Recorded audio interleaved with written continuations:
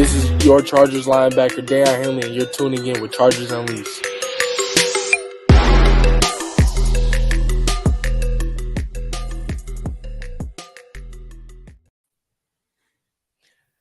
Welcome to another edition of Chargers Unleashed. Jake Hefner and Dale Wolkenstein here with you from the LAFB Network. Today's show, of course, is being brought to you by BetOnline, Aura Athletic Greens, Mint Mobile, and Rock Solid Sports Memorabilia. If this is your first time tuning into the show, make sure to hit that like and subscribe button on YouTube. You can also follow us on Facebook, Twitter, Instagram, Spotify, and Apple Podcasts. Dan Wolkenstein, how are we feeling? Feel great, Jake. It is Thursday, August 6th. That's not true. August 3rd at 6. And we've got NFL football on the screen. Does it matter? Who knows? But it's a great day to be alive. Chargers fans, we got a great show for you. Welcome to Chargers Unleashed Live. Again, for folks who have not done this, this is on you. Go ahead and give us your topics, questions, thoughts, ideas, hot takes, whatever it is you'd like. And we'll go ahead and do our best to try to get to those, bring them up live on the screen, and discuss with you. Jake, how are you doing, my friend? One full week of training camp is officially complete. Today, obviously, was an off day for the rest of the players before they resume practice tomorrow. But, Dan, I mean, there's been a lot, and I mean a lot of takeaways from this last week of training camp. Obviously, they started with pads earlier this week. You've gotten a little bit more intensity that has ramped up in practices this week. But there's a lot to talk about in this. And you and I feel like I'm sick of hearing your voice. I want to hear everybody else. I'm sure they are all too. As it relates to hear their comments as far as their perceptions, their feelings, their takeaways from Chargers training camp. Always enjoy doing live shows like this. And as we gear up for this weekend of the rest of Chargers training camp, as we move to their first preseason game next week, I'm sure these storylines are going to heat up that much more. Yes. Let's get to some of these comments. We've got a bunch of folks in here. We've got Athir in here, friend of the show, wants to talk to Dan. Let's talk coaching, please, Jake and Dan. All right, Athir, give us your question on coaching. We'll bring it in, I promise. Bunch of people saying hi. Ken Mary, friend of the show from Charger Bolt family. Are you ready for some football? Chorizo Cone Papa, let's effing go. Dorian is also saying, or Darian, excuse me, says, let's go. And then Athir, of course, let's go. He's bringing the fire. Matthew does right off the bat. First question in from Matthew Dahl. Why is there always an injury in this offensive lineman? Always. It's one of life's great mysteries, truly. But good news is it doesn't sound like that there is anything imminent or serious with Trey Pipkins at the moment. Mm-hmm.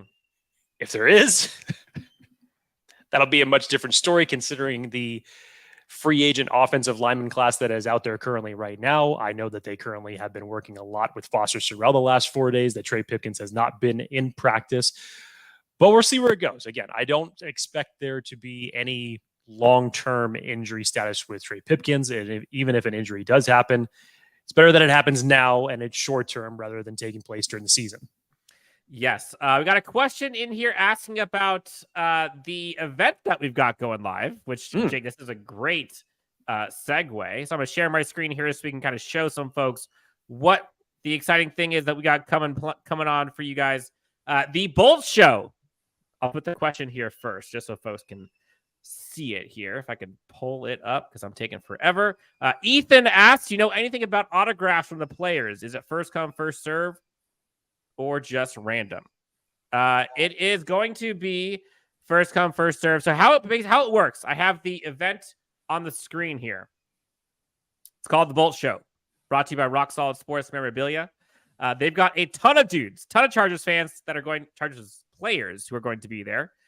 You got folks like Asante Samuel Jr., Thule, Mike Williams, Keenan Allen, Quentin, Corey Legit, Isaiah Spiller, Eric Kendricks, and Max Duggan, all of which will be there on September 2nd. Tickets will be available. We have them online for folks who are interested. Now, how it will work, it's going to be staggered in terms of folks and players that are going to be in there certain times. So, for example, we got someone's going to be coming in at 10, someone's coming in at 10:30. We've got the flyers all pinned up on our Twitter handle, but in short, there'll be a line for each of them.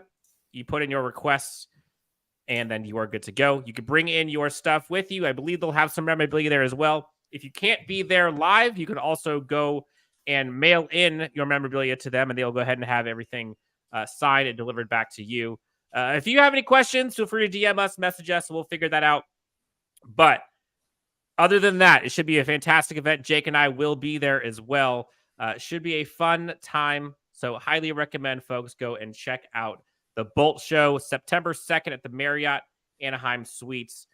Going to be a fun time. We'll also be doing an insane giveaway as well there that we haven't even talked about yet, but can't wait. So, Jake, we've got a lot of stuff in the books already. What would you say so far is biggest storyline in camp? Biggest, number one. How do you not start with what this Kellen Moore offense looks like? Even in talking in practice, Dan. So this is about one of the smallest sample sizes you're going to get in preseason. And to see Justin Herbert airing it out and to see so many wide receivers. I'm not just talking about one because we know what Keenan Allen's going to do. We know what Mike Williams is all about. Joshua Palmer has obviously stepped up from the standpoint that the Chargers went out and drafted Quentin Johnston. His play in camp, especially this week, has definitely elevated. And then for Quentin Johnston to essentially just hit the ground running that he did on day one, Dan, and has continued to do so with, it seems like, another highlight reel catch, every couple of days. I don't remember this many downfield plays from not one, not two, but four of the Chargers' top wide receivers. I mean, it's big time. You can't ignore this. And to be watching this in practice on the sidelines, again, I say small sample size because even in the preseason games, you're not going to open up the full playbook. We're not really going to see the full look to this offense until September. So there's a lot of time to get excited and hyped up about what Kellen Moore is going to bring. There is Fellow Chargers podcast, Guilty as Charged. What's up, gents? Have a great show. Shout out. Thank you. Appreciate it. We'll see you on Saturday, by the way. We have LAFB happening in here saying what's happening, boys. LAFB always representing. Guilty as Charged also says rest in peace, Pac-12. Yeah, it was real. It was fun. Wheezing coughing. Always super hype preseason, but longtime Chargers fans know deep down. See, Jake, it's funny. That's like you and me split down the middle. Like starts off optimistic, halfway through turns pessimistic. That's a vibe. How are you feeling, by the way, Jake, on this in this preseason? Like, is this preseason feeling any different for you than, let's just say, last preseason? Well, yeah. Like in a good way or in a bad way? Look, Dan, to your credit, I don't want to say it's completely you because more of it has been with the team because you're obviously the optimist of the two of us. So you do what you can to try to put me in a good mood on this show. But for me, I'm like another, of the minority of the Chargers fans or the majority, however you want to look at it, that really just needs to see the team change for the better and do something. Well, this offseason, and it's funny, after last offseason when the Chargers had all the money in the world to spend and you go out and you sign all of these free agents like Sebastian Joseph Day, Austin Johnson, J.C. Jackson, all those guys, that was a killer free season from a spending spree perspective. But for what Tom Telesco, Ed McGuire, this front office, what they did in the draft, and then to bring in Kellen Moore, I mean, when you really look at every single move that this front office team in general has done, it's really successful. Hell, you go back to the 4 contract restructures that you had to do to get Joey Bosa, Khalil Mack, Keenan Allen, Mike Williams all under the cap. And then, you signed Justin Herbert to the highest paid quarterback deal in the league right now. I mean, It's hard. It's hard not to be excited about the short-term and long-term potential of this team, the way it's set up. Let's get some of these questions. Scott Childs asks, which projected starter should play week 1 preseason versus the Rams? It's a very interesting question. Now, off the top of my head, I can think of a few. Kenneth Murray is probably like the headliner of folks who are needing to get some reps to see what's going on. Jazir Taylor, I think, is another one. Again, we're talking starters. So which starters should play week 1 preseason? Probably throw Gilman in there as well. Would you put him in there? I would. What does he have to prove to you that you'll see in week 1 in preseason? I mean, yes, is he penciled in as your starting safety next to Derwin James? Sure. But I think just from the standpoint that, for him, especially just getting some of those first team reps, which you probably until the later part of last season, he wasn't getting that much of. So for me, I like to see him out there getting a few new reps and it won't be for long, trust me, because you need to know what's on the safety depth. That's for sure. So JT Woods is going to see a lot. Raheem Lane, true, but I'm just saying that's probably where it's going to cycle. That's what I'm saying. I would much rather see those guys play the entire game than see a snap from Alohi Gilman at this point, if I'm being honest. Beggars can't be choosers, Dan. That's just me. True. Offensive side. Personally, I don't need to see a snap from any of the top 3 or 4 receivers, to be honest. Like, no, we probably will. I bet you we'll probably see like a little bit of Quinn, a little bit of Josh Palmer. But the rest of it should be like wide receiver 5, 6, 7, 8, 9 the entire way. Yes. Easton Stick behind the second string offensive line, and Isaiah Spiller will start the game. That's how I see the starting offense going. Yes. Offensive linemen, any of those you would see? Dan, you just had one. You just had one go down in individual drills. I'm not putting any of the starting 5 out there. Interesting. Not a chance. I mean, you bring up an interesting point, though. Sawyer is an interesting argument for that, considering that he's flipping positions. Same with Zion Johnson, but I don't believe that he will, just because left guard has been his natural position going all the way back to Boston College. But I would be wary of that. I would personally just go second string offensive lineman from the get. I mean, I don't blame you. Which kicker starts, by the way? We're talking kickers. I mean, all the reports that you've heard this week, has been nothing but Cameron Dicker. So I don't know if you're still hoping to utilize one of these guys as, possible trade bait. Hopefully you have them both kick, but we'll see. Anthony Wayland, when I asked the question about biggest storyline, I believe this is his answer, but his answer was the fight. And fight, I'm going to put in quotes because I think fight is a bit of a stretch. A little bit of a kerfuffle, a scuffle. What I will say, and, Daniel Popper talked about, he was the first one to break kind of the details of it. If you haven't got a chance, by the way, we had Daniel Popper on the show yesterday, and he slayed, by the way. Tons of interesting nuggets. I guarantee you will probably learn something. If 99% of you will probably learn something, if I'm being honest. He talked about the scuffle, if you will, of Kenneth Murray Jr. and Gerald Everett. And then, Jake, I saw the day before Gerald Everett and Eric Hendricks. So Gerald Everett is just being an instigator in practice, is what you're saying. I'm not saying. You're putting words in my mouth. I never said that. Kidding. I'm kidding. Come after me. I'm kidding.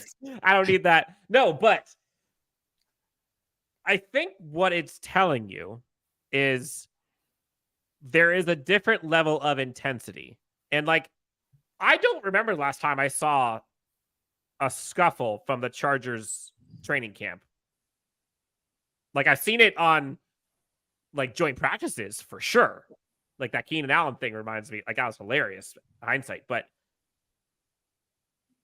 I kind of think it's a little bit of a big deal. Not in the sense of drama for the team or anything, but just I think it shows the intensity and how much this team is we're not messing around. And when you bring in some of that physicality from a Gerald Everett, who always kind of brings that, but then you see kind of the emergence of or change of this linebacker unit. And then you kind of see the defensive line, offensive line, you kind of see that kind of butt heads in terms of trying to do goal line runs and stops. I got a little jazzed up when I saw that. There was no negative to that from my side. What about you? These scuffles happen in every single training camp, Dan. It's nice to see the intensity ramp up in that circumstance. Yeah, we're not talking about, guys getting in a fight, trying to make a big deal about it. We're just talking about it in terms of player intensity. It happens every year, whether we've seen it or not, Dan. It's always something there. Now, hopefully, speaking of scuffles, nothing happens on this team when it escalates to a level like Jamarco Jones, who was just cut by the Tennessee Titans earlier today for picking like 4 fights in camp, and one of the people that he chose to go after was Jeffrey Simmons. I mean, my God, stupid choice.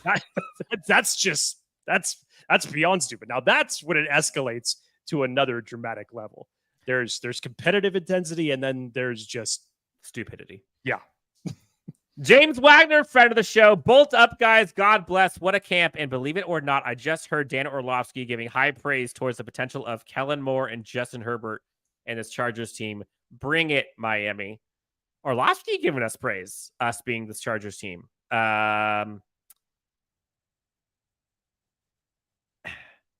This feels like one of those, like, not necessarily with Orlovsky, but just generally speaking. I feel like there's a lot more, like, say less mentality within this Chargers team. And I think that kind of starts from like Brandon Staley with all the crap that he has to prove to people and all the naysayers that are going up against him. Then you got Kellen Moore, you got all these players and a lot of the fans who are being critical of them, and a lot of analysts like Orlovsky. This could be one of those like glow up seasons that will be remembered for a long time. Jorge Rodriguez, and we are live. I'm reading it like he has it with all the exclamation points.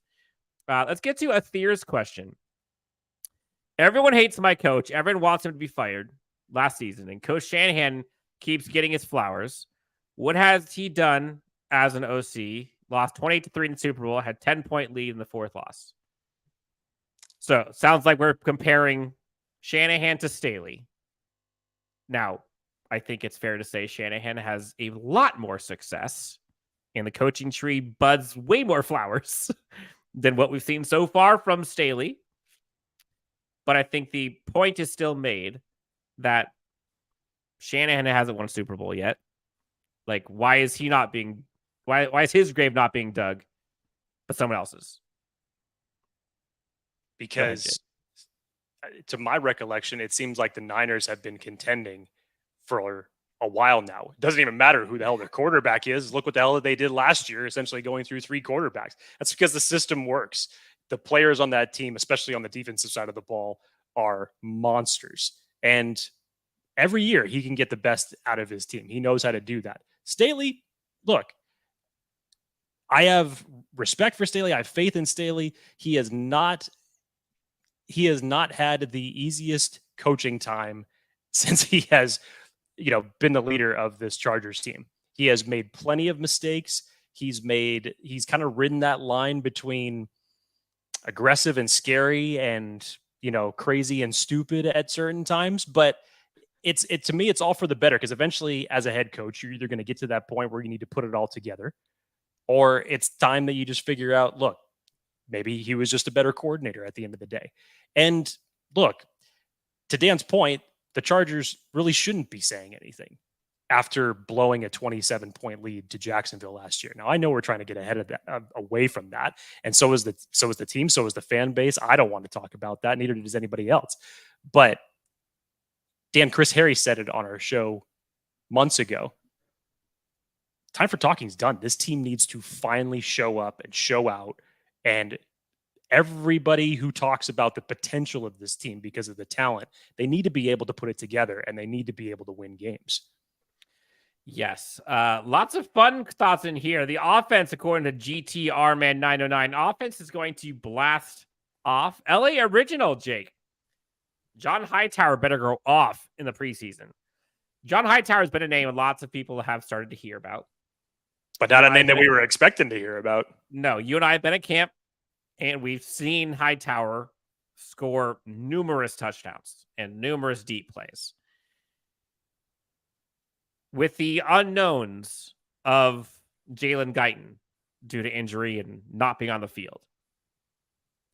Aside from that variable, which is a big one, but aside from that variable, Hightower at this point has the inside track to wide receiver 6, and it's not close. Now, things can change. We're barely into the second week.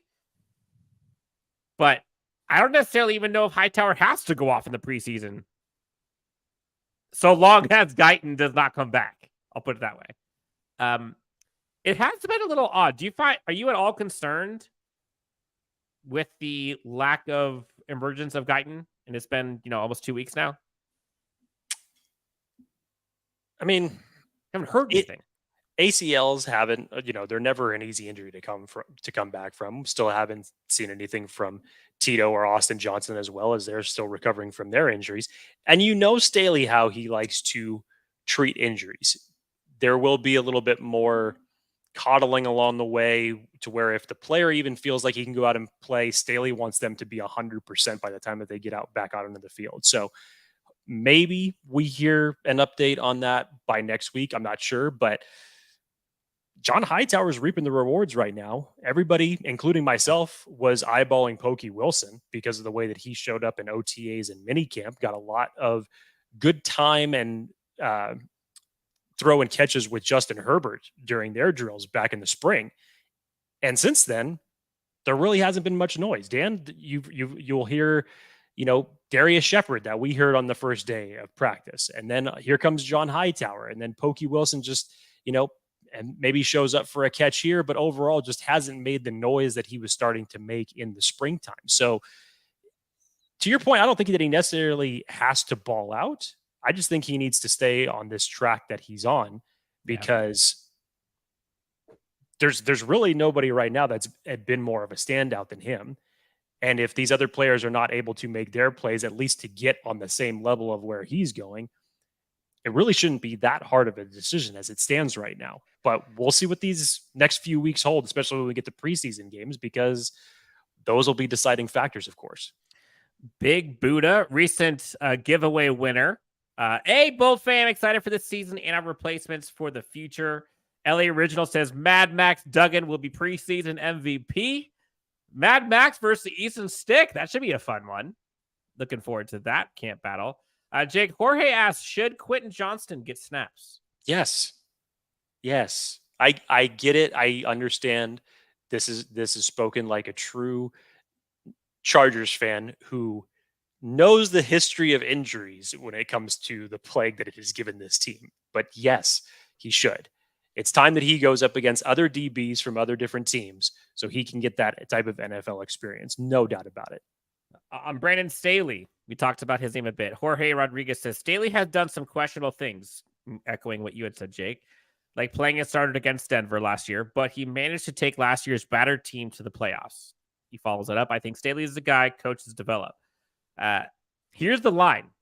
Von Carr says for Staley to keep his job, he'll have to take them farther than last year. Now, there's the question. What is the line of the sand? Like, what's the red line that he has to cross that you feel to keep his job? Do they just have to get to the divisional round? I'm not sure if it's just to win a playoff game, because when you look at that, that wasn't a trouncing by the opposing team. That was, you were up 27-0 and you scored 3 points in the second half. Like, that almost feels like it's like, okay, if you win that first playoff game, it's like, okay, well, this is where we should have been last year. So to me, it's not quite getting over that hump yet. Statistically, it sure might be, but you just kind of feel like, God, we were just here last year, and we should have won that game. So I'm not so sure that just winning one playoff game is the line, Dan. I think that I think the goal has to be further than that. I agree. Lots of topics and thoughts on a first-round pick, Quentin Johnston, Jake. So we got to get to those. But first, before we get to that, guys, pay the bills here. Let's talk about our friends over at Mint Mobile. $15 a month. You can get premium wireless, unlimited data for $15 a month. I challenge folks who are in the chat, who are watching live, go look at your phone bill and tell me how many more dollars it is than $15 for unlimited wireless. 48 seconds from now, we'll be talking about Quentin Johnston, but until then, let's talk about Mint Mobile. If you've ever thought, why in the world is my wireless bill so damn high, then let me tell you about our friends over at Mint Mobile who we're partnering with for today's video. Mint Mobile offers premium wireless for as low as $15 a month, and you don't have to sacrifice any coverage, speed, or data. They're built on the nation's largest 5G network, so they keep costs low by selling directly to you online. They cut out the retail stores and the salespeople. All Mint Mobile plans include unlimited nationwide talk and text, plus lightning fast 5G and free mobile hotspot. So why should you have to pay for more than you have to access the same network? It only takes 15 minutes to switch, and you'll be paying as low as $15 a month for your phone plan. It really is that simple. So use the link in the description below. Try mintmobile.com/Chargers Unleashed to get started. Click the link in the description below or scan the QR code. Quentin Johnston's looking like a stud, says Robert D. Big Buddha asks, will Quentin Johnston be on the outside or slot, putting Keating in the slot? Sheesh.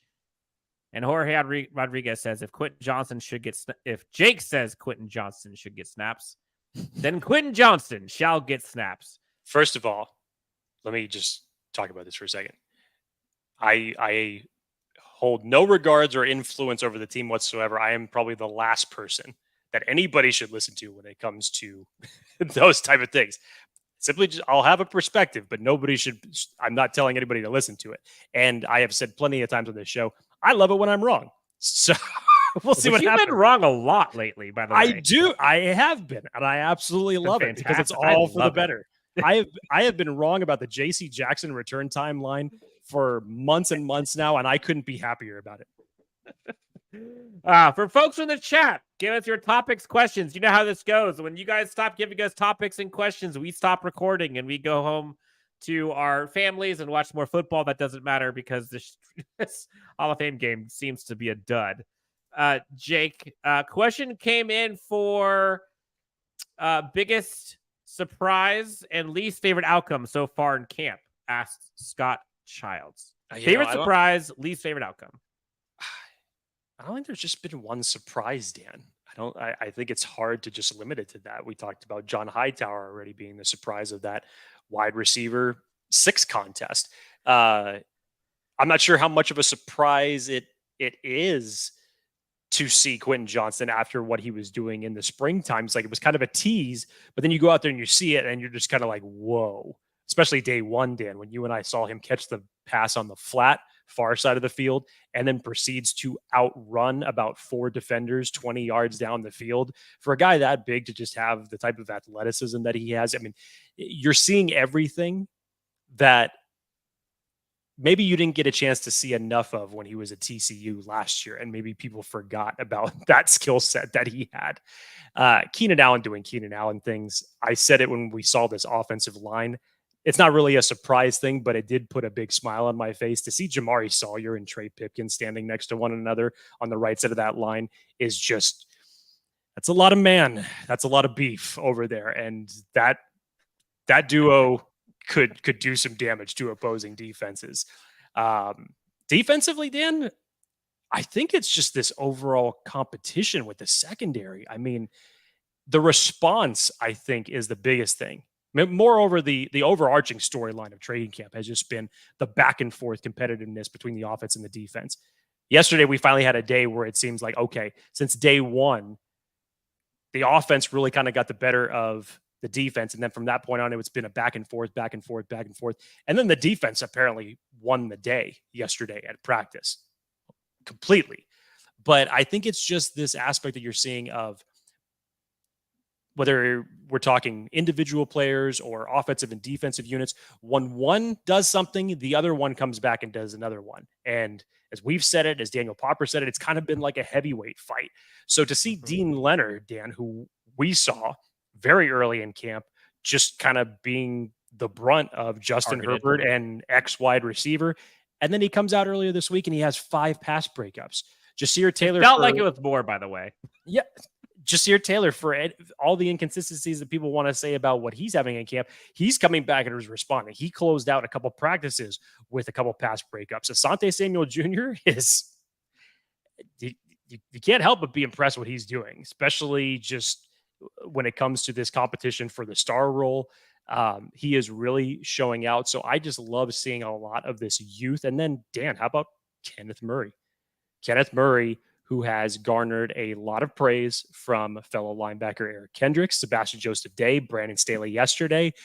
Those are names that you want to hear of players progressing. So there's plenty to be surprised and happy with this team right now.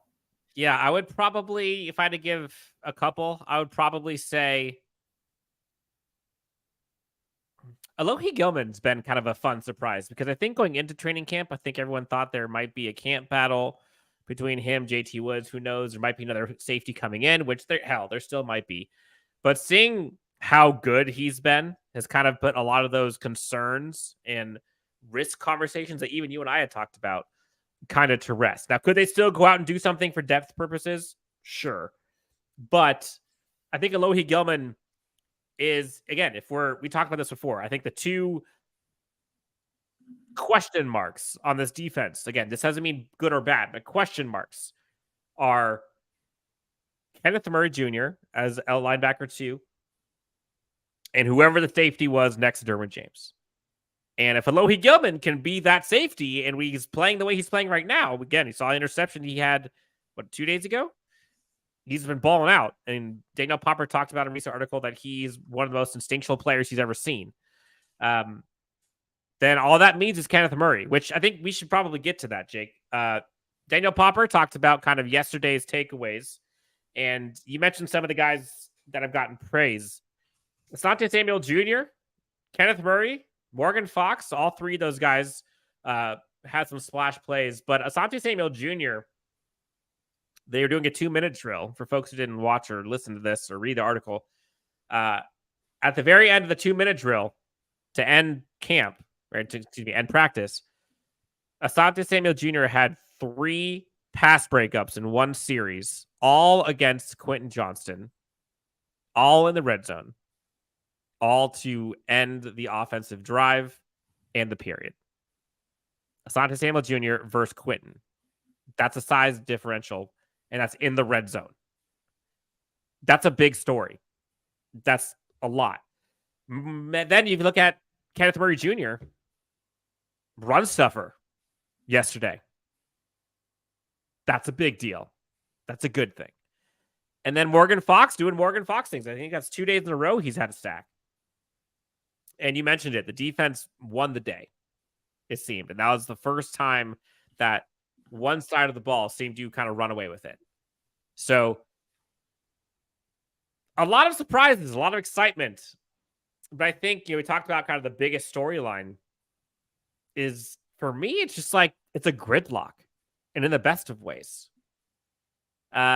Question came in here about the training camp and it being grueling.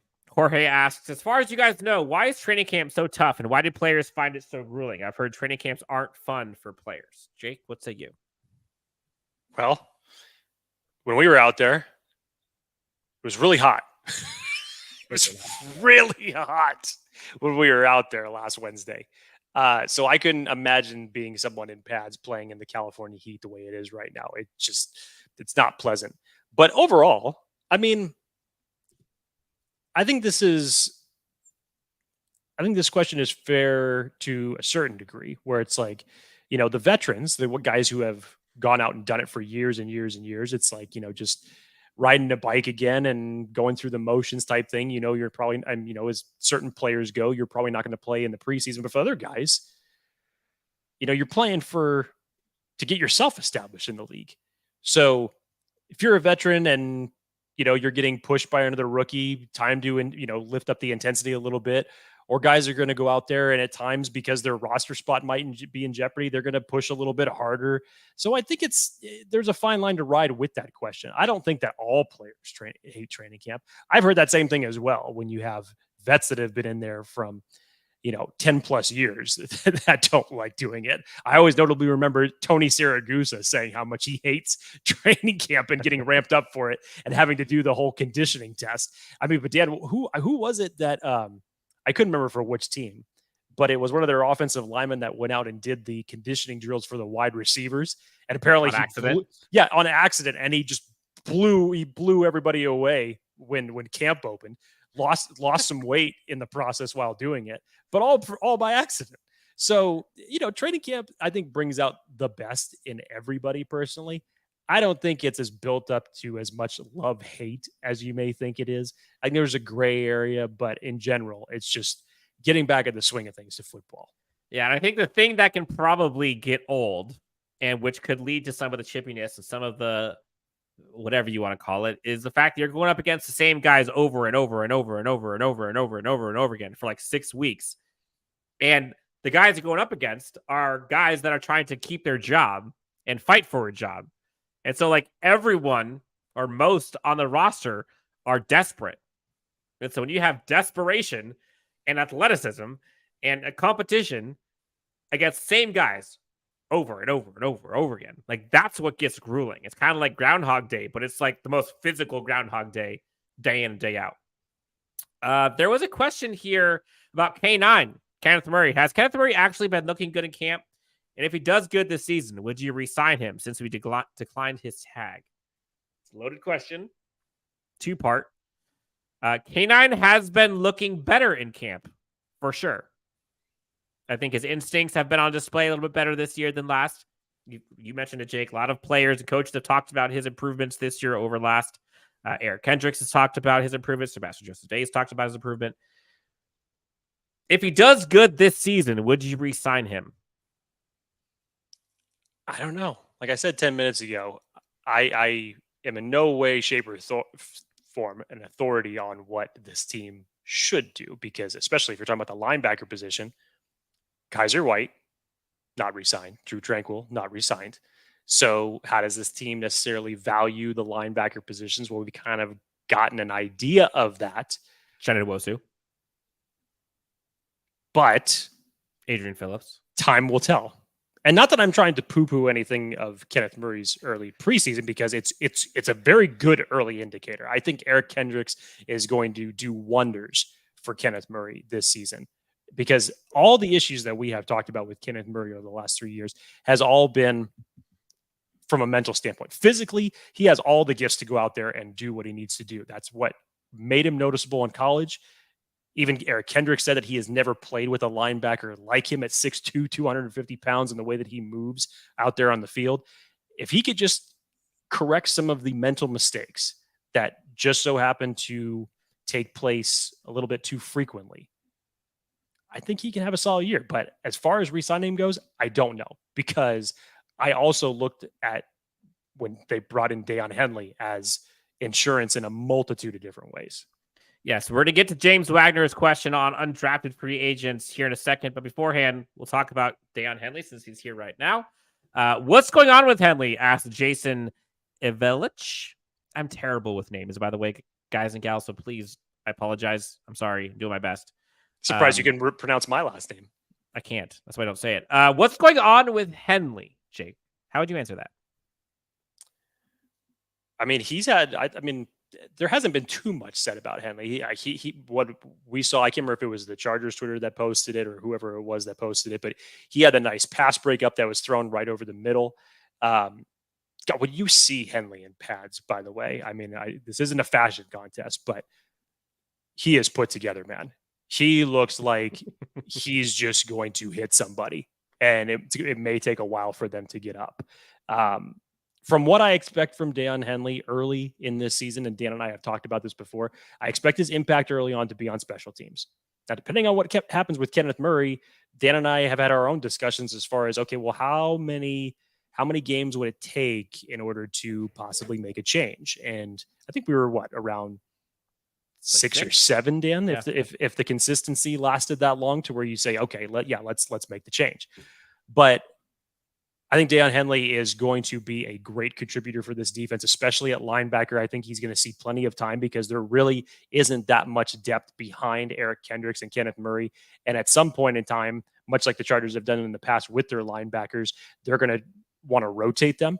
And especially when you listen to the Chargers linebackers coach, he said in his interview with Eric Smith that he wants two, not one, he wants two standout linebackers. So I truly believe that having that mentality and that type of coaching and player development is going to go past just zeroing in on Kenneth Murray and Eric Kendricks. It should bleed out into that entire linebacker unit. Yeah, and I honestly think the little amount you're hearing about Deion Henley goes to show the impressions that Kenneth Murray has shown so far. Because in theory, they're kind of fighting for that spot, but it doesn't seem like that's an even close proximity to being a fight right now. And I think it was Eric Kendrick or Sebastian Joseph Day both kind of saying, like, yeah, Deion Henley, like, he's got all the tools, but, like, he's still a rookie. And you hear them talk about Deion Henley.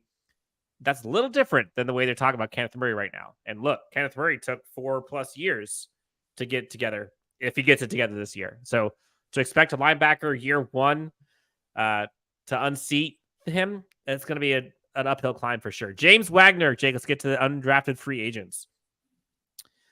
James Wagner asks, has any undrafted free agent been standing out with the potential to make the 53? I know there's not a lack of depth anywhere. Undrafted free agents. We're not talking about guys who have another team, but undrafted free agents specifically. I would probably say that the one that I believe that has shown up the most, Dan, and it's not even by much, is Cam Brown. That's what I was thinking. Out of Ohio State, the cornerback. I have heard more reports around him than anything else. We all expected to see something from Pokey Wilson. Gerard Clark is one of my personal favorites, as I know a lot of other people. I haven't heard much from him either. But the tough thing about both Pokey Wilson and Gerard Clark is they're at positions right now that are ridiculously jam-packed with other players trying to make the roster as well. So we'll have to see what these next few weeks have in store. But it's going to be interesting. Again, I would love to see a guy like Gerard Clark to have with that type of body frame be in there in the middle and help out a run defense that greatly needs somebody like that. I just don't know, because there's a lot of talent at the nose tackle spot. I mean, it's going to be a war trying to cut that unit itself down in the 53-man roster. Same goes for wide receiver. Same goes for defensive back. I mean, there's a lot of positions that really just have a lot of players log jam in there. So I mean, as it goes on more and more, Dan, like maybe AJ Finley.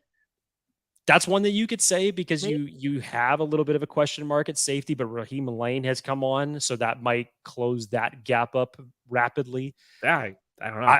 I'm not sure. It's too early to tell, unfortunately, right now. There just hasn't been the number of standouts that maybe you would see by this point in time. A couple thoughts on JC Jackson that have come into the chat here. Let's get to some of these.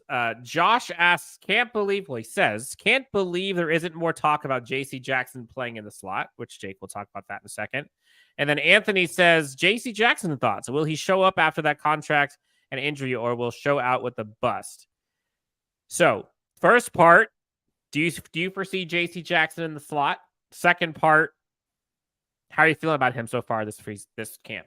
No JC Jackson in the slot. That start position is going to be a rotation between Sante Samuel Jr. and Jasir Taylor. I'll say the only way he does do the slot is if he's following someone from the outside into the slot. Sure. But it still would be man-to-man. But sure. I think the Chargers learned from their mistakes last year and how they deployed JC Jackson. But I think it was actually a twofer, because if we all remember, not just the injury that took him out during the Seattle game, which ended his season last year, Dan, during training camp, I think everybody forgets this, is that during training camp last year, JC Jackson was on fire.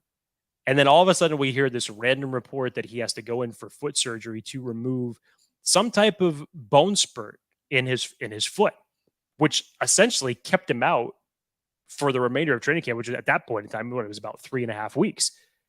And I don't feel like he fully was 100% when he came back from that.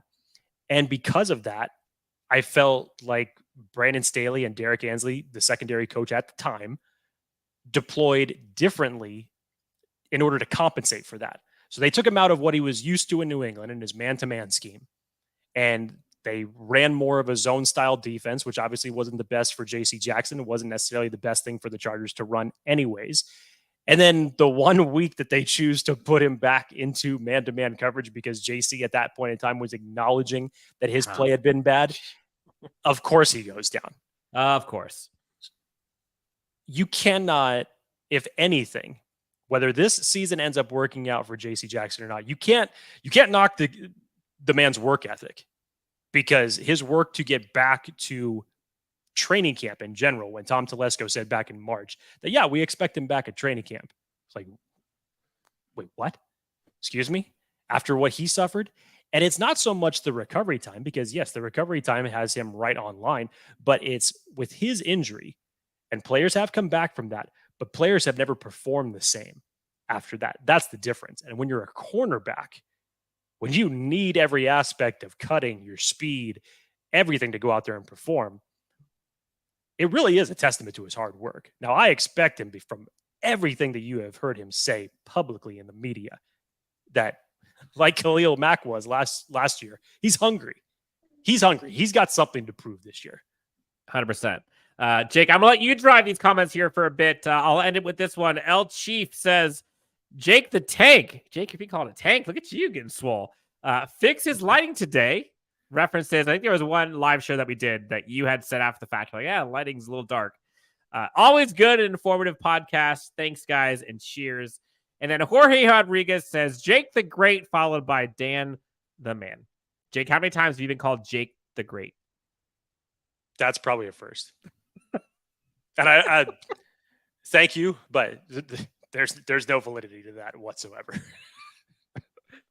All right, Jake, where do you go from here?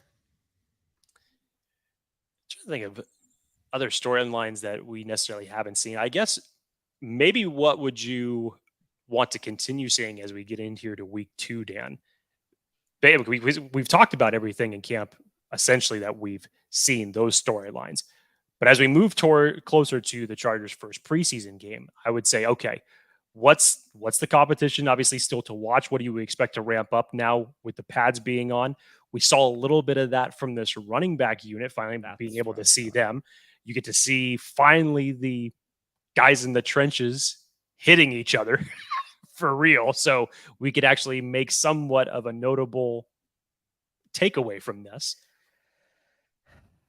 I would say, so the thing that I would like to see as training camp continues, Darius Davis, we know what he could do in special teams, but I do want to see him get more action and more experience on offense. And we've seen him out there and just get manhandled by opposing corners and safeties. I think it was Raheem Lane that was going up against him in the red zone and should have got an interception, just kind of bullied him down to the ground. We haven't seen much of him in like his gadgetry, but how much of that we'll see, I'm not sure. I really want to see Jalen Guyton get back out there because I think that's going to help shore up a lot of questions around like the back end of that wide receiver roster. Interior defensive line. Can we start getting some of these guys back? Like Austin Johnson, we saw him out there working out. Like it seems like he's close. You're going to need him. Tito, hopefully we can get him back here as well. Question about the whole kicking competition. Like what's going on with Dustin Hopkins? Is he okay? Is it just a schedule thing? But I'll end it with kind of the running back thing. I think running game on both sides is probably the one component that we really haven't gotten to see much of or get answers to. Who is going to be running back to? Like who can take the reins and actually produce as a running back too? Like not just be the de facto and then it's Eckler's show again. And then on the flip side, like can we actually see an improved running defense? And a lot of that you won't see until preseason. Joint practices is probably when you're going to start seeing that kind of stuff. But those are probably the things that I would look forward to. But maybe the other one, I guess if I had to add another one, because I don't think the Quentin Johnston, Josh Palmer storyline is really all that interesting to me, in my opinion, because I don't think it really matters in the Kellen Moore offense. It's an interesting way of 3-4. Interesting way of putting it. I just don't think it matters because like they're different receivers, different archetypes, different styles that they can be used by Kellen Moore. On the flip side, and Daniel Popper talked about like how that's a little bit different, a little nuanced, but the CB3 star money slot role, that camp battle has been like box office. And I mean, Asante Samuel Jr. is making it awfully hard for Jazir Taylor to take that job. And a lot of people, Dana Popper mentioned that he thought that it was Jazir Taylor's job to lose. Now, whether or not that's true is kind of irrelevant when you see Asante Samuel Jr. doing what he's doing. And both guys have gotten praise from the coaching staff. Asante Samuel Jr. has gotten a lot more repetition in the slot on the inside. I've maintained I just don't know how Asante Samuel Jr. is not going to be a starter. And Jake, I think where you and I landed on this is I wouldn't be surprised if their snap count stays relatively equal throughout the season. Like, I think they'll both be used situationally, but I'm not necessarily sure if one is going to have that much more of a showing in the stat sheet than the other. Would you agree? I would agree with that. And I hearken back to, I'm so excited just for, not just for this camp battle, but for this secondary in general, because I think that this is exactly what Brandon Staley was planning on doing last year before JC Jackson was hurt. Because remember, last year you had JC Jackson, Bryce Callahan, Asante Samuel Jr., and Mike Davis. So what was your plan? I mean, at the time, we were all thinking and talking about Michael Davis as CB4, which is just wild to see where that's come from a year later.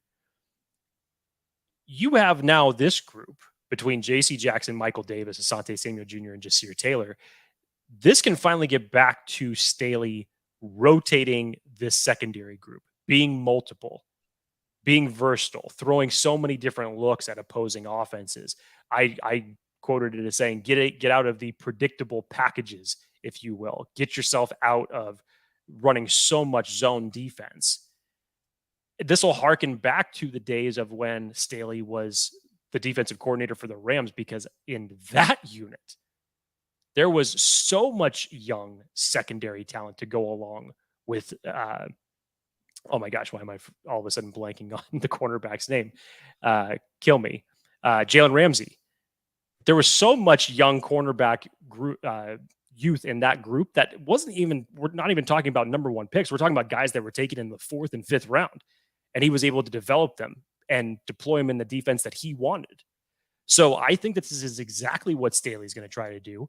And again, you look at this, and I personally love this. And I think that this is already what's been deployed early in camp. And I'm interested just to know what the philosophy was behind this. But there is so much secondary coach experience on this defensive coaching staff. You look at Derek Ansley, was formerly the secondary coach of this team. They promoted Tom Donatel. You go out and you sign an assistant secondary coach in your roster. Jeff Howard himself, even though he's the linebacker coach for this team, he was previously a secondary coach. So I'm not sure if that's been just an underlying message as far as how they want to build this defensive unit. Mm-hmm. But I'll tell you this, as you said, Dan, the competition for it is going to be exciting. But the outcome, the overall outcome of what should come of all this should be really good. Yes, I 100% agree. James Wagner asked, who are the Chargers doing joint practice with? It is the New Orleans Saints. New Orleans Saints, August 17th and 18th. That is when they were doing it. Steel Cartel asked, how's Guyton doing? No clue. We haven't seen him out there yet. Someone asks about how many drops from the wide receivers. We always see the catches. How were the drops? Who had the most? Tough question to answer, honestly. I think it depends on if it's during drills or if it's during 7-on-7, 11-on-11. I know there was one day that Quentin seemed to have a few drops during drills, but like, how much does that matter? You're seeing some of the ridiculous catches and stuff that he does. No receiver really has had an issue with drops when it comes to like 11-on-11, 7-on-7s. There really hasn't been, Jake, correct me if I'm wrong, I don't remember there being any glaring drops when offense and defense are going up against each other in those two 7s or 11s. Would you agree? I can't remember that. I know that Quentin Johnston had a couple earlier this week, but again, for someone being a rookie, like, those are going to come. It doesn't take away anything that he, good that he has done previously. You have to obviously take care of the little things, and eventually that will come. But like you said, Dan, it's an interesting question, because where do these drops take place? It doesn't seem. I mean, hey, I'll say this: if this is the question, I don't think Keenan Allen's dropped a damn thing. It doesn't seem like Keenan Allen has dropped a single thing that has come his direction, because everything that he's done, he's been at least 3 to 5 yards ahead of the closest defender around him. Keenan Allen's been on fire this training camp. This is the best I've seen Keenan Allen in years. Speaking of wide receivers, Jake, I asked this question on X, Twitter, whatever the hell we're calling it these days. If you were to stack rank, and I'm going to ask these folks, I'm going to ask you guys in the chat, give us your thoughts, comments. If you were to stack rank in terms of targets, I'm going to use the statistic on targets. If you're going to stack rank targets that you would like to see the Chargers' offensive weapons get, i.e., who's Justin Herbert throwing to? Let's go 1 through 5. So, who should be the most targeted offensive weapon from Justin Herbert this year? Okay, well, spoiler alert. In that category, it should not, but for the better, it should not be Austin Eckler. Agreed. Yes, thank you. We should not see a repeat of 107 catches from last year. That is a given. And it'll be interesting, Dan, because on how you weigh these targets, well, how many of these passes are going 30 yards downfield, and what's the yak after them, and how many of them are for scores? Like, that's the difference in what this whole offensive scheme is really going to change. Because if you told me that we were still in Joe Lombardi's system right now, I mean, I wouldn't even be able to do the math. I really wouldn't. But in this one, so who's won? Let's go real quick. Who's won? You still go with Keenan Allen. I think Keenan's the rapport that's been, that rapport is just too strong. I can understand why that is your number one look every single time. I think 2-3 is going to be interesting. 2-3 is kind of a toss-up. I still say that this is going to be reminiscent of the Mike Williams, Tyrell Williams days, or the Vincent Jackson, Malcolm Floyd type days, where you have two big-bodied guys like that on the outside. And now with Kellen Moore at the offensive helm, they should be seeing their fair share of targets. And then, number 4 is probably going to be Joshua Palmer. But that's a strong number 4. Like, I don't know. Hold on. You're putting 4 as Palmer? I mean, maybe this is me just kind of like going wide receiver. I'm going all of them. I'm going all of them. Eckler's in this. Parham's in this. Everett's in this. Okay. Keenan Allen, I'll give the edge to Mike Williams. Quentin Johnston right behind him. Let's put Austin Eckler at 4. Let's put Joshua Palmer at 5. Above Everett. I was just about to put Everett right behind him. So you think your wide receiver 5 is going to have more targets than your tight end 1? Woo! This is, I mean, just going through this drill makes you understand how ridiculous the targets are around Justin Herbert. It really does. Because this is why I also tell people to do not put Quentin Johnston's stat projections into your head, and if he doesn't hit them, do not look at that as a letdown. We're talking about one football that is being thrown to distribute to how many weapons, and I didn't even name them all in that little soliloquy right there. I didn't even name them all. So I know it's a tough question. It is tough to predict, but I like the way you did this because it really just shows how tough it is going to be out there. I mean, I have a hard time believing that you're going to see a tight end not be in the top 5. Eckler was 1 last year. There's no way he's going to be 1 this year. So I think you're right. I think Keenan's 1. Mike is 2. I put Austin at 3, which I think is more realistic. You're not going to see 107 catches from him, but he'll still get a fair share. I hope he's like 4 or 5. I think that's what shows if this offense is cooking. Like, get him around like the 50, 60 range of receptions for the year. We're good. The wild card for me is Josh Palmer. Because I think he's going to eat underneath. Huh.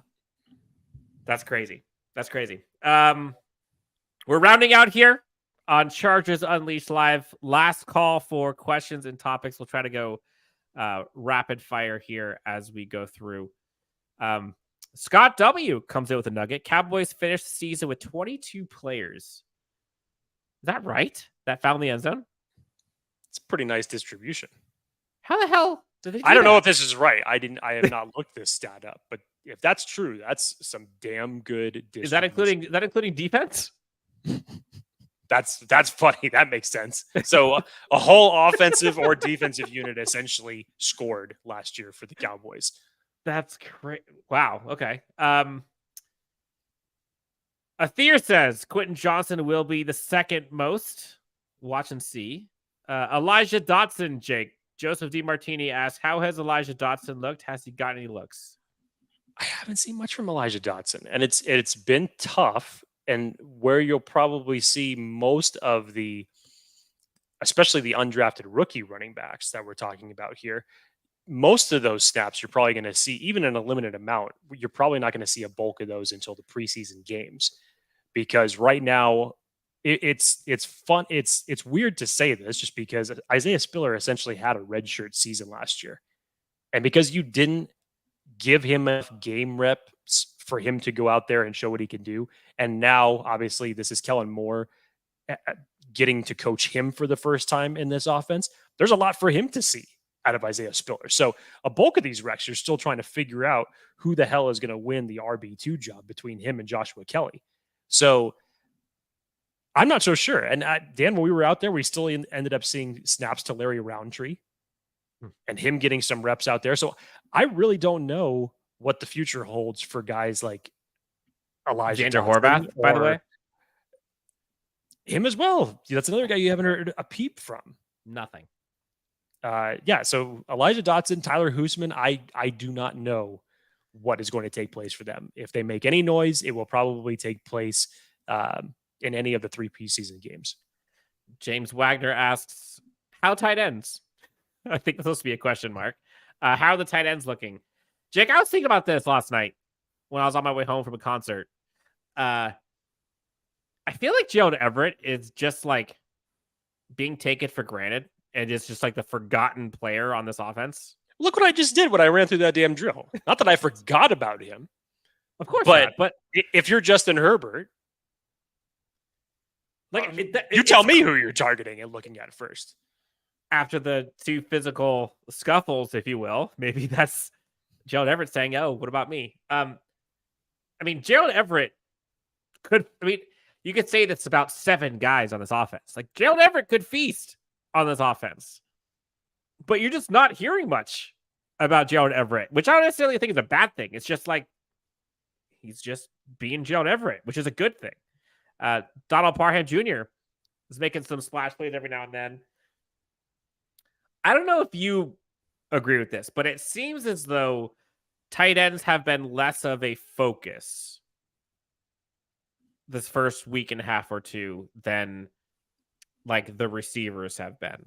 Whether that's purposeful by the coaching staff, whether that's just been what has been covered, what everybody's focusing on, but just go look at like the headlines of receiver talk versus tight end talk. It just seems like tight ends are kind of forgotten a little bit right now. I don't know if I will go as far as to say forgotten, but I get what you're saying. I think the day that the Chargers ran the red zone drills, I think you saw more of the tight ends, obviously, in that circumstance. And personally, that's what I expected to happen in this Kellen Moore-led offense, and especially to run 2 tight end sets with Gerald Everett and Donald Parham, something that we've been wanting to see for years now, create some of those mismatch opportunities. It'll be interesting to see how that progresses through preseason and the rest of these training camp practices. I get you, but I don't feel like they've been truly forgotten. I think in a Kellen Moore-led offense, I don't mean actually forgotten. I just right, mean no. But I get what you're saying as far as like they're going to see their time. Yes, and people will see it and people will talk about it. Let's go a little rapid fire here. Shaggy Wraith says, can Hightower make it on special teams? Thought about this today too. Can he? Like as a gunner? I don't know, because I cannot recall that. I mean, maybe early in his rookie season with the Eagles, did they have him playing special teams? I don't recall him ever playing gunner, if anything. I don't know. I don't think that would be the spot for him personally. And Jazeer Taylor and Dean Leonard both were really good on special teams last year, so you'd have to unseat them. Robert D says Herbert could have 500 completions this year to throw around. That's where you go into some of those crazy, ridiculous stat lines that we can see. Yeah, I wouldn't be surprised. I honestly wouldn't be surprised. Joseph D. Martini asks, you guys going to be at camp on Sunday? It'll be my first time going. For folks who have not gone to camp, or haven't gone in years past, I urge you, go to camp this year, and you will notice a difference from years past, both on offense and on defense, and size of crowds, by the way.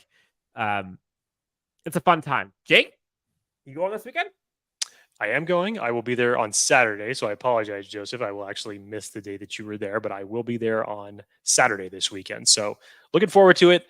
From what I've looked at the weather, it's not supposed to be as hot as it was last week. Kill me. But should be a good time. For folks still watching, tuning in, if you have not done so already, please help us out. Take 5 seconds as you listen to my ugly voice and hit that like and subscribe button. We're getting close to 5,000, which is crazy that we're almost at 5,000 already. Help us out. Hit that subscribe button. Smash it, if you will. Jason Jake, as I round it out here, asks, do you think there will be any free agent pickups? Any? I was just thinking about this. I don't remember a year where you have had this many high-profile free agents still out there, which obviously there's the other free agents too, but it's just crazy to me. It's just so wild. Do you think there will be any pickups? Dan, I would have thought if they would have done so already, and obviously everybody's probably thinking about John Johnston being that because that's been the team.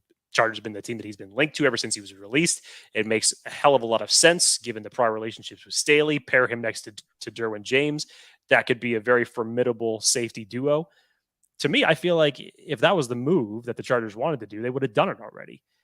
So if there is going to be any free agency moves, you may not see something until the final week and a half of preseason when the other teams start making their cuts, because guaranteed you're going to see some surprise names from other teams that are being released. So the Chargers may want to take advantage of that if and when said player is released. But that's probably how I would look at it right now. It may not happen until the end of preseason.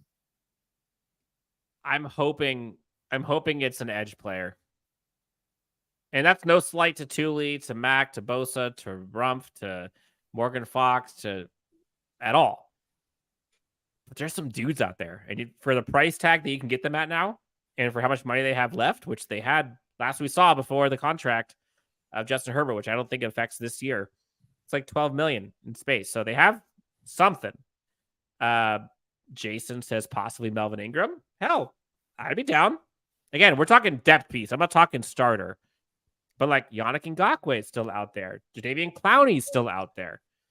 Well, sorry to spoil it for you, Dan, but Yannick Ngakoue, as of 10 minutes ago, is no longer out there. Oh, who did he sign with? 1 year, $10.5 million deal with... Better not be AFC West. Don't be AFC West.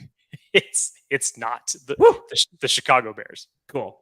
Happy about that. Oh, we get to play against him. Great. Okay. But he's out of the AFC West, so that's good. Honestly, I was actually curious. Once one happens, I always kind of predicted once one goes, this thing might go quickly. So interesting. Goes to the Bears. I like it. Okay. Rapid fire here. Last few questions. Last call for folks. We're going to go maybe 2 or 3 more minutes. Jake, do you see... Where was the question here? I missed it. Herbert, 5,000 yards passing. Over, under. I'll go over. There we go. Look at optimistic Jake. 7414 asks, what linebacker has the most tackles at the end of the season? Linebackers. Whew. You have to still kind of lead with Eric Kendricks on this one, just based off of what you know. Mm-hmm. But this is what I would definitely like to be wrong on, for sure. If it meant that Kenneth Murray was doing it, sure, that'd be great. But speaking of this, Dan, this just reminds me of Derek Ansley's comments earlier this week when someone asked him about specifically how has JT Woods been in practice when it comes to tackling. And Derek Ansley gave a very good response. We were talking about, well, On defense, all of our tackling needs to be improved. It's just like, it was skirting the question, but also being very real about the situation to say like, well, hey, we all need to improve in tackling. So he's not wrong on both sides of it. He's not. There was a question here asking, I can't pull it up, but they said, have we seen 5 wide in camp so far? Dan, have we? Yeah. It just makes me giggle. I'm so excited that we finally are seeing this. It makes you smile. It makes you smile when you see it. It does. This has been fun. Went a little long today, but appreciate everybody kind of coming in with their comments, questions, making this thing fun. Jake Hefner. What's the score of the football game right now, by the way? I don't know. It's playing in there.